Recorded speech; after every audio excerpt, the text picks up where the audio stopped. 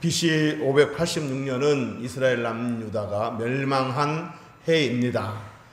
바벨론 강대국에게 침략을 받아 대부분의 이스라엘 백성들은 바벨론 포로로 끌려가게 되었습니다. 이스라엘 땅은 황폐하게 되었고 백성들은 절망에 빠지게 되었습니다. 남아있는 백성들도, 포로로 끌려간 백성들도 절망과 슬픔으로 고통스러운 세월을 보내게 되었습니다. 이렇게 된 이유는 이스라엘 백성들이 하나님을 저버리고 우상을 숭배하고 하나님보다 다른 강대국을 더 의지하고, 그리고 선지자들의 말을 듣지 않고 회개할 줄 모르고 끝내 고집을 피우다가 하나님께서 징벌을 내리셨기 때문입니다. 바로 이런 상황에 놓여 있을 때, 이렇게 남아있는 백성들, 포로로 끌려간 백성들도 다 절망과 슬픔에 빠져 있는 그런 상황에 놓여 있게 되었을 때 하나님이 에스겔 선지자에게 나타나셨습니다. 환상 중에 나타나셔서 에스겔 선지자를 어느 골짜기로 이끌고 가셨습니다. 그 골짜기는 죽은 사람들의 뼈만이 나뒹구는 그런 죽음의 골짜기였습니다. 너무나 음산하고 처참한 그런 골짜기였습니다. 하나님께서 에스겔 선지자에게 골짜기에 널브러진 그 마른 수많은 뼈들, 말라버릴 대로 말라버린 수많은 뼈들을 보여주시면서 이렇게 물으셨습니다. 선지자야, 이 뼈들이 능히 살 수 있겠느냐? 이 뼈들이 살아날 수 있겠느냐? 이렇게 물으셨습니다. 그러자 에스겔이 대답했습니다. 주 여호와여, 주께서 아시나이다. 여러분, 에스겔이 주 여호와여 주께서 아시나이다 이렇게 대답했을 때는 이 대답에 두 가지 의미가 담겨 있습니다. 첫째는 하나님, 물리적으로는, 인간적인 방법으로는 저 뼈들이 도저히 살아날 수 없습니다. 살아날 가망이 전혀 없습니다. 어떻게 말라버릴 대로 말라버린 저 뼈들이 살아날 수 있단 말입니까? 살아날 수 없습니다. 이런 의미가 담겨 있고, 두 번째로는 하나님, 물리적으로는, 인간적인 방법으로는, 현실적으로는 불가능하지만, 살아날 방법이 0.001%도 없지만, 만약에 하나님이 하신다면, 하나님이 일하신다면 저 마른 뼈들이 살아날 줄로 믿습니다. 이런 의미가 담겨 있는 겁니다. 하나님께서 에스겔의 이 대답을 들으시고, 그래 선지자야, 그러면 이렇게 대언하라 하고 명령을 하셨습니다. 에스겔아, 너는 저 뼈들을 향하여 이렇게 대언하라 라고 명령하셨습니다. 여기서 대언하라는 말은 대신 말해라, 대신 선포하라, 그런 의미입니다. 자, 에스겔 선지자는 하나님께서 시키신 대로 이렇게 대언했습니다. 너의 마른 뼈들아, 하나님의 말씀을 들을지어다. 하나님이 생기를 너희에게 들어가게 하리니 너희가 살아나리라. 그러면 하나님이 여호와인 줄을 너희가 알리라. 이렇게 대언을 했습니다. 자, 이렇게 에스겔 선지자가 마른 뼈들을 향하여 하나님의 말씀을 대언하며 선포하자 놀라운 광경이 펼쳐졌습니다. 눈으로 보고서도 믿을 수 없는 그런 광경이 펼쳐졌습니다. 말라버릴 대로 말라버린 그 수많은 뼈들이 반응을 보이기 시작했습니다. 뼈들이 움직이기 시작한 겁니다. 우리 7절 다 같이 한번 읽어보겠습니다. 7절 시작. 이에 내가 명령을 따라 대언하니 대언할 때 소리가 나고 움직이며 이 뼈 저 뼈가 들어맞아 뼈들이 서로 연결되더라. 아멘.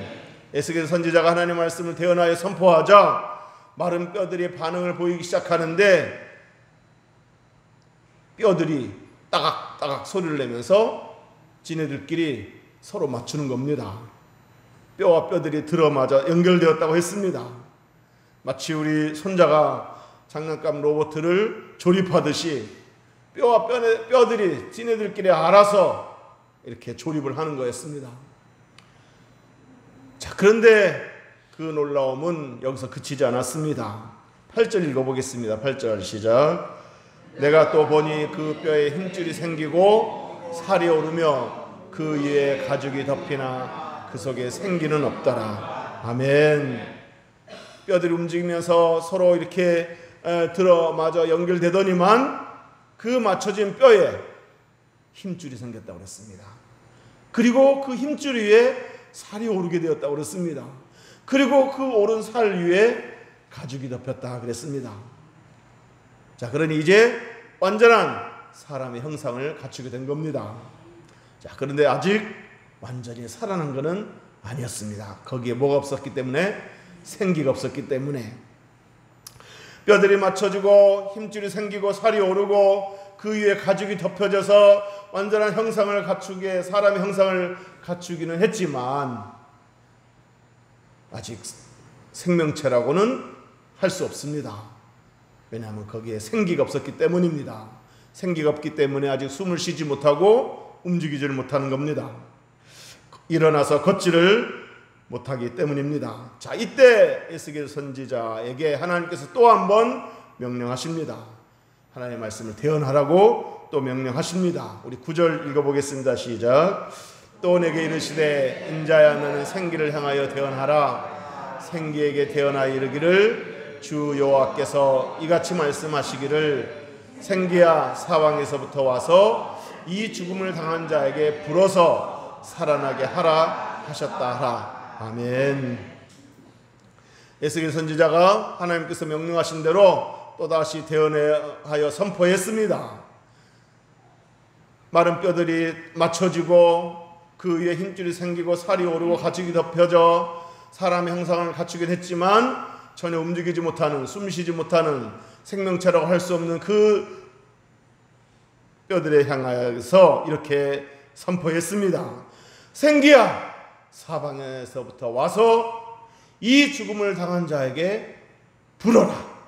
그리하여 이들로 하여금 살아나게 하라 라고 생기를 향하여 선포했습니다. 자, 그러자 그들이 곧 살아났다 그랬습니다. 살아나 일어서서 큰 군대를 이루었다 그랬습니다. 우리 10절 읽어보겠습니다. 시작. 이에 내가 그 명령대로 대언하였더니 생기가 그들에게 들어가매 그들이 곧 살아나서 일어나 서는데 극히 큰 군대더라. 아멘. 생기가 들어가자 이제 드디어 생명체가 되었습니다. 일어나 섰습니다. 큰 군대를 이루게 되었습니다. 얼마나 참 놀라운 광경입니까? 얼마나 참 멋진 그런 광경입니까? 자, 그런데 여러분 여기서 말하는 생기는 하나님께서 최초로 아담을 지으실 때 아담의 코에 불어넣으셨던 그 생기입니다. 창세기 2장 7절에 보면 여호와 하나님이 땅의 흙으로 사람을 지으시고 생기를 그 코에 불어넣으시니 사람이 뭐가 되니라? 생명이 되니라 그랬습니다. 하나님이 흙으로 사람을 지으신 다음에 그 코에 생기를 불어넣자 사람이 생명이 되었다 그랬습니다. 그 전까지는 흙으로 빚어져서 사람의 모양은 갖춰졌지만 아직 살아있는 생명체라고 할 수 없었는데 하나님 그 코에 생기를 불어넣자 드디어 생명이 되었다 그랬습니다. 여기서 생명이 되었다라는 말은 그 NIV 영어 성경에서 이렇게 번역해 놓았습니다. The man became a living being 그랬습니다. The man became a living being. 자, 이 말은 사람이 살아있는 존재, 즉 생명체가 되었다라는 의미입니다. 여러분 에스겔 선지자가 골짜기에 있는 마른 뼈들을 향하여 생기야 사방에서부터 와서 이 마른 뼈들에게 향하여 불어라. 그래야 살아나게 하라. 이렇게 선포하자 비로소 살아있는 존재가 되었다 그랬는데 여기서 언급한 이 생기는 바로 하나님 아담의 코에 불어넣으셨던 그 생기와 같은 의미의 생기입니다. 하나님이 아담을 흙으로 지으시고 그 코에 생기를 불어넣어 비로소 생명체가 되게 하신 것처럼 마른 뼈들이 맞춰지고 힘줄이 생기고 살이 오르고 가죽이 덮여졌어도 사람의 모양은 갖춰졌어도 아직 생명체라고 할 수 없었는데 에스겔이 하나님 대신하여 생기야 저 뼈들을 향하여 불어라.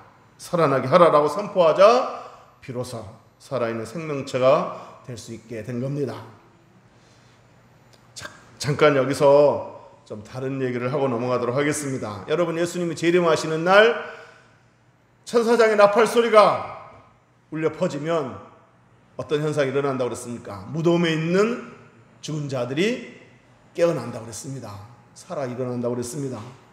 자, 그렇다면 이 대목에서 이런 질문이 있을 수 있습니다. 무덤 속에 있는 죽은 자들은 그래도 뼈라도 있으니까 뭐 살아난다고 할 수 있지만, 만약에 죽은 자들의 시신을 화장시켜버리고 그래서 그 화장한 그 뼈가루를 공중에 날려 흩어버린다면 나중에 예수님 재림하신 날 그 흩어 없어진 그것들이 어떻게 살아날 수 있겠습니까? 한 줌의 재가 되어 공중에 날아가 버린 사람은 어떻게 부활할 수 있겠습니까? 이런 질문이 있을 수 있다는 얘기입니다. 그 질문에 대한 답은 간단합니다. 하나님이 첫사람 아담을 지으실 때 하나님이 뭐로 지으셨다고 그랬습니까? 흙으로 지으셨다고 그랬는데 영어 성경에는 이 흙이 the dust of the ground, 그러니까 땅의 먼지라는 의미입니다. 땅의 먼지로 지으셨다고 그랬습니다. 하나님이 최초로 사람을 지으실 때 땅의 먼지를 가지고 창조하셨습니다. 그러므로 여러분, 아무리 화장을 시키고 가루를 만들어서 한 줌의 재가 되게 해서 사방에 흩어버린다 할지라도 하나님이 명령하시면 사방에 흩어버려진 그 먼지들이 다시 모아져서 부활하게 될 줄로 믿습니다. 어차피 하나님의 모든 피조물은 아무것도 없는 무에서 창조된 피조물들입니다. 하나님의 모든 피조물들은 다 무에서 존재하게 된 겁니다. 없는 데서 있게 한 겁니다. 땅의 먼지조차도 아무것도 없는 무에서 창조된 피조물입니다. 그렇다면 결국 인간도 땅의 먼지로 지었으니까 인간도 무에서 만들어낸 피조물입니다. 자, 그렇기 때문에 화장을 시켜 죄가 되어버린 사람도 또 물에 빠져 형체가 없어지게 된 사람도 우리 하나님께서 명령만 하시면 예수님 재림하시는 날에 부활하게 될 줄로 믿습니다. 자, 그런데 여러분, 단지 마른 뼈들에 불과했던 이 뼈들이 에스겔 선지자 앞에 이처럼 놀라운 반응을 보이며 살아있는 생명체가 될 수 있었던 이유는 뭐겠습니까? 에스겔이 선포하자 뼈들이 반응을 보이며 움직이며 조립되고 사람 형상을 갖추게 되더니 살아있는 생명체가 되고 큰 군대를 이루게 된 이유가 뭐겠습니까? 그건 에스겔에게 무슨 초자연적인 능력이 있었기 때문이 아닙니다. 에스겔은 단지 대언했을 뿐입니다. 하나님의 말씀을 대언했을 뿐입니다. 그러므로 이 뼈들을 살아나게 한 것은 하나님의 말씀이라는 겁니다. 하나님의 말씀에 능력이 있기 때문입니다. 신약 성경에도 예수님이 말씀하시자 질병이 떠나갔다 그랬습니다. 예수님이 말씀하시자 귀신이 떠나갔다 그랬습니다. 예수님이 말씀하시자 죽은 나사로가 살아났습니다. 예수님이 말씀하시자 성난 파도가 잠잠해졌다 그랬습니다. 이처럼 말씀에는 능력이 있습니다. 그런데 여러분, 하나님의 말씀은 이렇게 물리적인 파도뿐만 아니라 때로 불안하고 두려워하는 우리 마음의 파도도 잠잠하게 하실 수 있습니다. 축 처지고 불안해하고 우울해하고 무기력에 빠지고 정말 두려워하는 그런 마음도 얼마든지 일으킬 수 있다는 얘기입니다. 어느 구약 성도가 말씀의 능력을 체험하고서 이렇게 고백했습니다. 시편 119편 50절에 이 말씀은 나의 곤란 중에 이루라. 아마 이 성도가 어떤 곤란한 지경에 빠졌던 것 같습니다.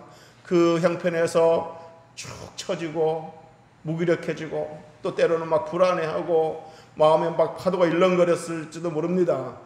그때 이 성도가 말씀을 붙잡았더니 그 말씀이 곤란 중에 위로가 되었다 그랬습니다. 그러면서 이 말씀은 나의 곤란 중에 이루라. 주의 말씀이 나를 살리셨음이니이다. 주의 말씀이 나를 살리셨습니다. 시편 119편 143절에서는 환난과 우환이 내게 미쳤으나 주의 계명은 나의 즐거움이니이다. 그 환난과 우환 중에서도 말씀을 받더니, 말씀을 붙들었더니 마음에 즐거움이 생겼다라는 겁니다. 시편 119편 165절에는 주의 법을 사랑하는 자에게는 큰 평안이 있으니 그들에게 장애물이 없으리이다. 물론 장애물이 있지만은 주의 말씀을 붙들었더니 그 말씀으로 인하여 마음의 평안함이 가득 차게 돼서 마치 장애물이 없는 것처럼 평안해졌다는 얘기입니다. 사랑하는 성도 여러분, 말씀이 곤란 중에 위로가 되고 말씀이 우리를 살리는 힘이 있습니다. 말씀이 우리 영혼을 살리고, 말씀이 우리의 무기력한 삶을 살리고, 말씀이 우리의 절망적인 상황을 바꿔놓습니다. 말씀에는 능력이 있기 때문입니다. 그러므로 말씀을 가까이 하고 말씀을 붙드시고 말씀을 주장하여 말씀 안에서 승리하는 저와 여러분 되시기를 주의 이름으로 축복합니다. 자, 그런데 이제 말씀 생활을 한다고 했을 때 주의할 것이 있습니다. 어떤 분들은 말씀을 가까이 한다고, 말씀 생활을 한다고 하면서 기록된 성경 말씀은 읽지 않고 늘 유튜브를 보면서 유튜브에 있는 유명한 그 설교자들의 영상 설교만 듣는 분들이 있습니다. 그러면서 말씀 생활을 한다고 말하는 성도들이 있습니다. 물론 우리가 훌륭한 분의 설교를 듣는 거 귀한 일이죠. 유익이 되고 도움이 되는 거 맞습니다. 그렇지만은 그 유튜브 영상 설교만 듣고 기록된 성경 말씀을 읽지 않으면, 하나님 말씀 자체를 읽지 않으면 그건 온전한 말씀 생활이라고 할 수 없다는 얘기입니다. 그분들의 설교를 듣지 말라는 얘기 아닙니다. 제가 제 설교가 부족해서 이렇게 이축된 마음에서 그런 말을 하는 거 아닙니다. 여러분들의 영혼을 위해서 하는 말입니다. 기록된 말씀 자체는 읽지 않고 누군가의 설교만 듣는다면 그건 바람직하지 않습니다. 누군가의 설교를 듣는 것도 좋지만 그것과 더불어서 여러분이 직접 말씀 자체를 읽으셔야 됩니다. 하나님 말씀 자체를 여러분이 직접 읽으셔야 됩니다. 여러분이 말씀을 직접 읽으면서 직접 읽은 말씀이 여러분의 마음에 와닿게 해야 됩니다.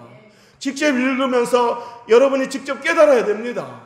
여러분이 말씀을 읽을 때 성령께서 깨닫게 하시고, 그렇게 해서 깨달은 말씀은 정말 그 어떤 것보다도 꿀과 같이 달게 될 것이고 여러분에게 큰 힘이 될 줄로 믿습니다. 여러분이 직접 읽은 말씀 중에 어느 한 단어가, 어느 한 규절이, 어느 한 사건이 여러분의 마음에 와닿아서 그 말씀으로 인해서 감사도 하고 찬양도 하고 기도도 하고, 그 말씀으로 인해서 회개도 하고, 그 말씀으로 인해서 결단도 하고 순종도 할 줄 아는 그런 저와 여러분 될 수 있기를 주의 이름으로 축원합니다.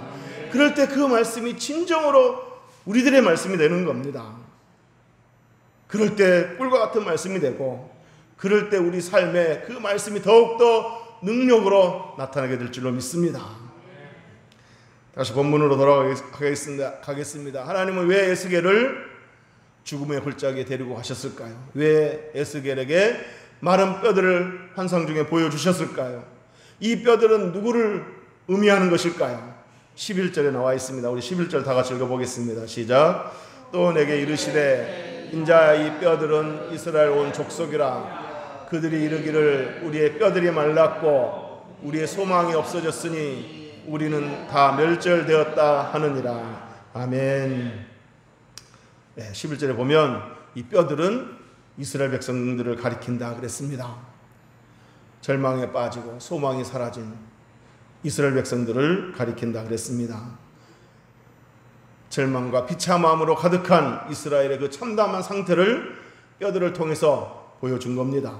자, 그런데 이렇게 이 절망에 빠진 이스라엘의 상황을 뼈들을 통해서 보여주기만 하지 않았습니다. 그 다음 말씀이 중요합니다. 그 환상을 보게 하시고서는 하나님 이렇게 말씀하셨습니다. 우리 13절 읽어보겠습니다. 시작. 내 백성들아, 내가 너희 무덤을 열고 너희로 거기에서 나오게 한즉 너희는 내가 여호와인 줄을 알리라. 아멘. 내 백성들아, 내가 너희 무덤을 열고 너희로 거기에서 나오게 하겠다 그랬습니다. 여기서 무덤은 바벨론 강대국을 가리킵니다. 바벨론 강대국 아래서 포로 생활을 하는 그 이스라엘의 그 상황을 묘사하는 겁니다. 자, 그러니까 이스라엘 백성들을 무덤에서 나오게 하시겠다라고 하신 말씀은 무덤과 같은 그런 그 상황에 빠진 이스라엘 백성들을, 그 포로 생활을 하고 있는 그 이스라엘 백성들을 바벨론에서 빠져나오게 하겠다. 바벨론 포로 생활을 청산하게 하겠다. 그런 말씀입니다. 자, 또 14절 읽어보겠습니다. 14절. 내가 또 내 영을 너희 속에 두어 너희가 살아나게 하고 내가 또 너희를 너희의 고국 땅에 두리니 나 여호와가 이 일을 말하고 이룬 줄을 너희가 알리라. 여호와의 말씀이니라. 아멘. 내가 또 너희를 너희 고국 땅에 두리니. 자, 그러니까 무덤에서 나오게 하고, 즉 바벨론에서 나오게 하고 바벨론 포로 생활을 청산하게 하고, 그래서 고국 땅 이스라엘의 예루살렘에 들어가게 하겠다. 다시 예루살렘에 들어가게 해서 너희들을 회복하겠다. 그런 말씀입니다. 여러분, 하나님은 엇나간 이스라엘 백성들에게 잠시 징벌을 내리셨지만 선지자를 통해서 외치고 외쳐도 그들의 귀를 막고 듣지 않고 고집을 피워서, 그래서 그들을 깨우치도록 위해서 징벌을 내리셨지만 그 징벌이 목적이 아니었습니다. 그 징벌을 통해서 이스라엘 백성들이 깨달았을 때, 하나님을 찾았을 때, 회개했을 때 하나님은 그들을 다시 회복시킬 계획을 세우신 겁니다. 자, 그러니까 징벌이 목적이 아니고 징벌을 내리신 하나님의 그 목적은, 하나님의 본심은 이스라엘을 회복시키는 거였습니다. 회복이 하나님의 본심이었습니다. 그러니까 징벌을 받았어도 안 받아야 되겠지만 한두 번 얘기할 때 얼른 돌이켜서 네 알겠습니다 하고 돌이키면 징벌 받지 않겠지만, 그런데도 계속 고집을 피우고 엇나가고 그러면 하나님 사랑하기 때문에 징계를 내리신 겁니다. 자, 그렇게 해서 어리석게 또 징계를 받았다 하더라도 나중에라도 깨닫고 돌이키면 하나님께서 그들을 회복시켜 주십니다. 사랑하는 성도 여러분, 오늘 본문에 나온 마른 뼈들은 당시 이스라엘 백성들을 가리킨다고 했지만 어쩌면 이 마른 뼈들이 오늘날 저와 여러분의 모습이 아닌가 한번 돌아봤으면 좋겠습니다. 저와 여러분이 죽음의 골짜기에 마른 뼈들처럼 누군가가 툭툭 발로 차도 아무런 반응이 없었던 그 마른 뼈들처럼 우리가 예배를 드려도, 찬송을 불러도, 기도를 드려도 무감각하고, 똑같이 앉아서 예배를 드리지만 아무 생각 없이 예배 드리고, 찬송을 불러도 기도를 해도 무감각하고, 설교를 들어도 마음이 움직이지 않고, 삶이 변화되지 않고 열매가 없는 그런 모습으로 살고 있지는 않는지, 우리가 이 뼈들을 보면서 우리 자신을 돌아봐야 되겠다 하는 겁니다. 그야말로 살았다고는 하나 죽었다고 책망을 받은 그 사도교회 교인들의 모습처럼 우리들이 그런 모습은 아닌지 한번 돌아봤으면 좋겠습니다. 만일 그렇다고 한다면 저와 여러분도 회복되어야 될 줄로 믿습니다. 간절히 바라기는 하나님께서 마른 뼈들을 일으키셨듯이 저와 여러분의 심령을 일으키시고, 저와 여러분의 삶을 일으키시고, 저와 여러분의 예배를 일으키시고, 저와 여러분의 가정을 일으키시고, 저와 여러분의 생업을 일으키시고, 저와 여러분의 기업을 일으키시고, 저와 여러분의 교회를 일으키게 될 수 있기를 주의 이름으로 축복합니다. 그리하여 예배가 회복되고, 심령이 회복되고, 기도가 회복되고, 삶이 회복되고, 헌신이 회복되고, 나아가서 우리 가정이 회복되고, 우리 교회가 회복되는, 우리 사역이 회복되는 회복의 역사가 있기를 주의 이름으로 축원합니다. 축원합니다. 기도하겠습니다.